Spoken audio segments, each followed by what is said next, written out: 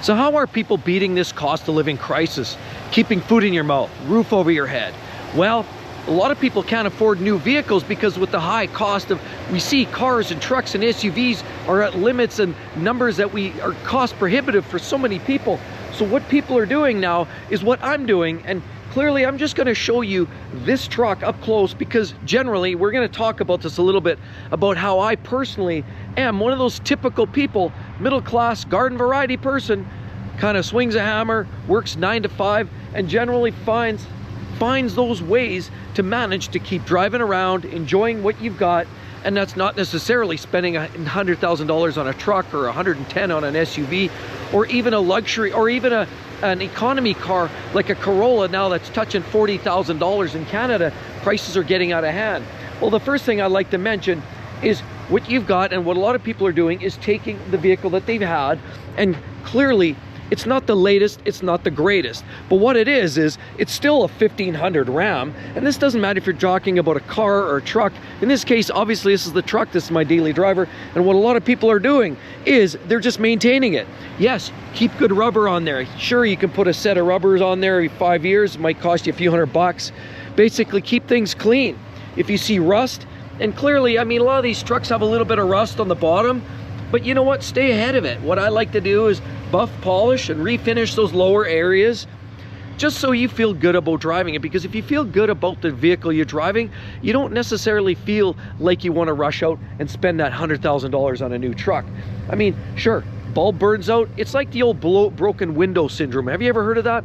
It's like a scenario where if you're in a neighborhood and you see this house or see a few houses with broken glass and long grass and problems and broken shingles and issues with the home, then you start get this perception that it's run down, and that actually attracts more crime. It attracts more abuse, more neglect, and it actually attracts bad scenarios. So when you have your car like this or truck or whatever you're driving, as long as you keep that thing in good shape, it may not be mint, it's not a new vehicle, but A, you're not worried about the rock chip because, you know, guess what? I've got rock chips all over the place. But I take care of what I can. I try to keep them touched up. I try to keep the oil changes on par. And generally, I try to keep the vehicle in good shape. No rust here. I mean, this is pretty uncommon for a generational Dodge like this, which is a 2003. Most of them you see are rotted out here. But even if they are, who cares? You know what? What a lot of people are making that decision, keep driving what you've got. It's a lot cheaper to put a set of tires on these vehicles every few years. It's a lot cheaper even just to do a cleanup on this once in a while, so it actually feels nice to get in, so it doesn't feel all rotten out. And I want to show you under the hood here, because I do believe the simple little things are all it takes to make you feel good about it. It's, remember, the broken window syndrome, and these are the little things people are doing to try to fight this crisis, the cost of living crisis, this vehicle pricing crisis, cars, trucks, SUVs. You know what, here, let me take a quick, I'll show you. I'm gonna pull this open, and I'm gonna pop the hood right there. Pop that, and let's take a look under the hood here. And it's not pretty, I'll be honest, because it's a solid iron block, and it's gonna look a little corroded on the outside, but it still runs great. But take a look. You know what? The battery needs changing, I change it. You know, rad hoses need changing, I change them. Coolant, yeah, I mean, I always keep everything topped up. All you have to do is your basic maintenance. And honestly, that's the little things that you have to do. Make sure your coolant doesn't run out. Check your engine oil levels. Make sure you don't go below the minimum mark. You know, I always do the little things, for example, like even checking the transmission fluid from time to time.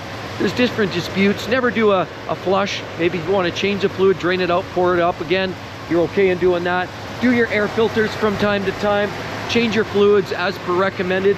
And you know what? Listen to this. That is purring like a kitten. Listen how nice that is. It's such a nice runner. Look at that. Everything's so nice. Sure, there's a couple little stains in there here and there. And it's probably got a little bit of weepage around the oil pan. But you know what? You do your oil services, do your filter changes, keep the vehicle clean, touch up some of the rock chips. And again, the big thing with a lot of these old vehicles, cars, trucks, it doesn't matter. This is just the truck I have. It doesn't matter if you're driving an old Toyota or an old Ford. It doesn't matter, a car, truck. Just look after the little things. You get a little rust, cover it up, finish it up. you know what, even if you can extend the life of it significantly, you know, one thing I've done is, or what I've seen people do, is they get creative and they put those guards here. You know, the people with some of these old Dodges or Fords that actually have some rust starting to billow here, what a lot of them end up doing is putting those extension guards here. And you know what that does? As funny as this is, it actually hides the rust out of sight, out of mind. Remember the old broken glass syndrome? And what you end up having is a scenario where you cover it, you don't see it anymore. It's actually a great scenario because now people, you're hiding the rust. It feels good. And so just by hiding all that rust under those flares, you could probably get a few more years of it actually looking decent. You know, even I tried to take care of the seats, you know, little things like how do you get into your seats? Well, instead of me dragging my fat butt over there, a lot of times I'll try to lift myself onto the seat so you don't end up with a scenario where you're constantly dragging that seat and pulling that bolster and destroying it. Now, I've seen lots of people with this generation of truck, and I've seen these bolsters worn out, and eventually I suspect mine will go too, and that's okay. Throw some seat covers on it. When the truck looks as good as this, sounds as good as it does, why would I want to trade this up for an $80,000 truck? Even a brand new Ram. I was looking the other day and I was thinking about this to myself. $55,000, $60,000 gets you like a tradesman V6. Maybe 4x4 if you're up in that $60,000 range. Okay, it doesn't have liners, nothing. You had to throw in the extras. Out the door is gonna be still probably $65K plus to get into one of those tradesmen.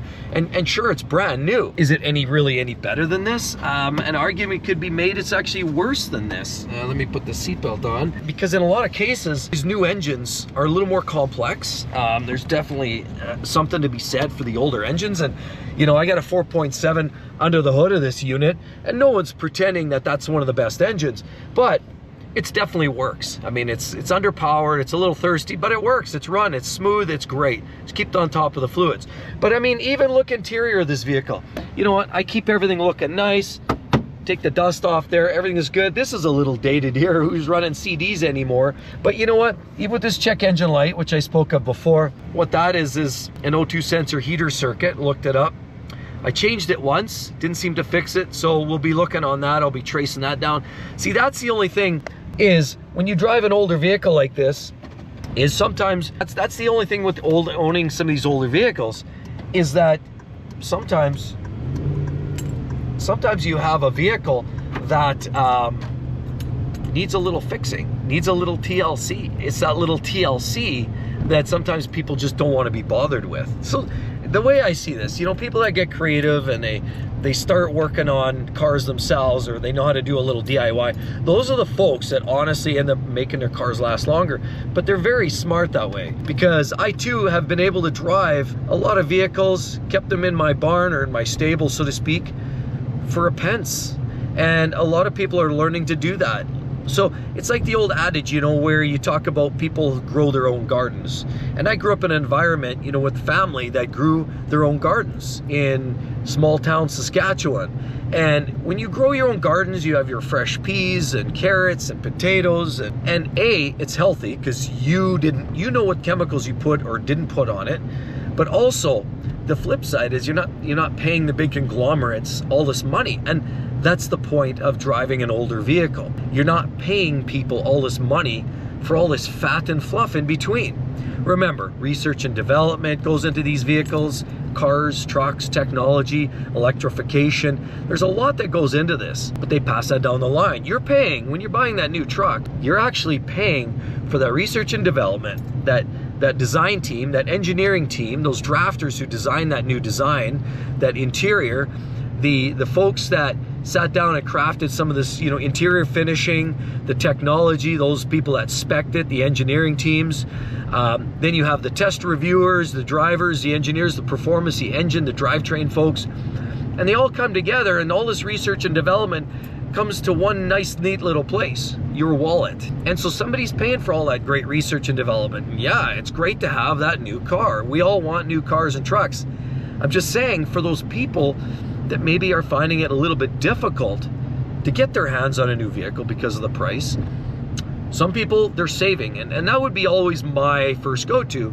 Extend the life of your vehicle, which is what I'm talking about right now.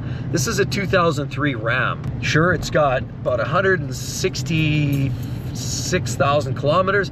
talking about 105,000 miles on it or so. It's not by any means miles out, but it's got some good miles on it, and I'm not scared to use it. And I drag loads and tow trailers and boats, and I use it for what it was meant to be used for, but I maintain it and I look after it. So a lot of people are taking that stance, making their vehicles last longer. It doesn't matter if it's a car, SUV, truck, make it last longer. So that's one strategy that people are taking, and that's actually literally making their vehicles last longer. And I mean, when you look at vehicles like behind there, I don't know if you can see that, what we're looking at there is a Renegade. That's a classic example of a vehicle that probably won't even last as long as this thing. That Renegade there looks like it's probably a 21 or 22. I guarantee you, as I'm sitting here before you, this truck will outlast that Jeep Renegade. And it's the modern day quality, we also know. So as you extend the life of some of these older vehicles, and people are realizing that, some of these older vehicles are built a little better. They're simpler, you can fix them yourself. In some cases, you know, they're over-engineered. Maybe they're a little underpowered like this V4.7, but they're easy to maintain. They're not working themselves to the bone. And this will outlast that Renegade, I guarantee you. And that's the thing. That's the caveat in all of this. That's why some people are continuing extending the life of some of their older trucks and their older cars and their older SUVs. A lot of those old cars, I mean, look at some of the old Honda CRVs with the 2.4. That thing will run for 400,000, maybe 500,000 kilometers, you know, 300,000 miles, easy, without even thinking about it. Old Toyota Camrys, that'll run 400,000 miles. I mean, some of those older cars will. Now, with the latest and greatest Turbo 4s, and I don't know if you'll get the same mileage out of those, even out of a Toyota or a Honda, which are classically known as reliable vehicles. So extending the life of what you've got today is often a way of not just saving money now, but potentially saving money for a long period of time. And so another strategy, other than, you know, fixing what you've got, making it last longer, and like I said, when you've got enough money saved up, by all means, if you want that new vehicle and your vehicle is finally worn out, like there will be a time when this truck, the seats are worn out, the engine's blowing more smoke than, you know, maybe I'm adding more oil than than I am gas. You know, there will be a time even when you put an engine in it and it's rusted out and the seats are rotted, and it'll just get to the point where it's just almost not worth it anymore. And I think you just kind of know that. I think at some level, you eventually just kind of figure that out, and it just starts making sense that it's time to move on to the next one. But to this whole time, while you've been driving this old car, your money that you've been saving is compounding. Because remember, compounding, when you're putting money at a new truck and you want to pay 90 grand for that new truck, that's $90,000 after tax earnings. That's probably in that $150,000, $170,000 after tax or before tax earnings. You have to work, in most cases, the average income in Canada, US, or in that $60,000, $70,000 household income, you have to work probably 3 years gross income just to pay for that. And that's the whole time. I mean, you're paying for car, rent, food, the whole nine. So that 3 years becomes 7 years, 8 years, realistically, to pay for that $100,000 truck if you're making 60, 70 grand a year. So why not extend the life? And some people are strategizing like this. Extend the life of what you've got. Sure, put a new set of boots on it. Buy the old girl a new set of shoes every few years. Do your oil services. You're doing it on anyway, new or used. If you can learn to fix some of it yourself like I do, you're gonna save a crap ton of money. And that's one of the strategies. The other strategy is while you're fixing and driving these cars and trucks and SUVs, you're saving money. So if you have that idea that eventually you wanna get a new vehicle, by all means, do that. But make sure that you always shop around. You're never forgetting the bare essentials. Remember, we've talked about this, the 24-10 rule. 20% down, that's why I say put as much down as you possibly can, as much as you possibly can. That's gonna help you in the long run. You get all that money down, maybe put down 40%, 50% down. Hey, can you save up 40 grand? Well, it's easier than paying interest charges at 5, 7, 8, 10% interest.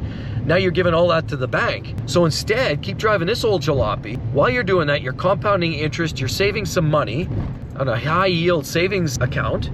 And then maybe in 6 or 7 years, you'll have 70% of the value or 60% of the value that you can save to put down on a vehicle. The other rule is the 4 rule. Don't pay more than for 4 years. Ideally, take a loan out for no more than 2 to 3 years. That'd be my best, my best recommendation. I would generally say You know, stick with the 2 to 3 year rule. Again, 4 years max, 5 years if you're going really big. But I would generally try to keep it under 4. And then the 10%, don't exceed your 10% of your maximum or your annual, sorry, not your annual, your monthly gross. All of those little tips are gonna help you save money, save for the future, and then eventually if you want to get that dreamed car, that dream SUV, maybe that truck you want to buy as you go into retirement, so you have a truck that'll outlast you, because none of us will be here forever. Maybe at that point you'll be ready to actually buy that new vehicle. But do it after you've saved up a pile of money. And that's what I'm saying. Put your money away, save it, keep fixing what you've got, maybe learn a few skills.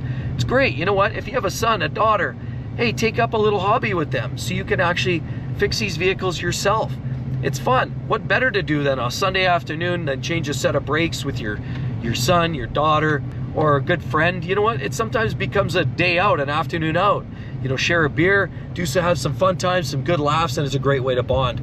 So owning a used vehicle like this is easy to own, it's cheap, and you don't own the bank anything. And honestly, it's far less stressful. So absolutely, again, buy that new car, truck, SUV. But do it after you've saved up way more than the minimum, and definitely run the legs off of what you got. What's wrong with driving an old car like this? This looks better than some of the new Chevys. I was parked next to a brand new GMC the other day, and I was looking at it, I'm trying to struggle. I think I like the looks of my truck. Forget about that it's free and paid off. I actually like the way it looks better than that new Chevy. But that's just, I'm a little biased, so I mean, to each their own. All I'm saying is save your pennies, fix what you got, run it as long as you can, and that's how people like myself and you are beating the vehicle and cost of living crisis.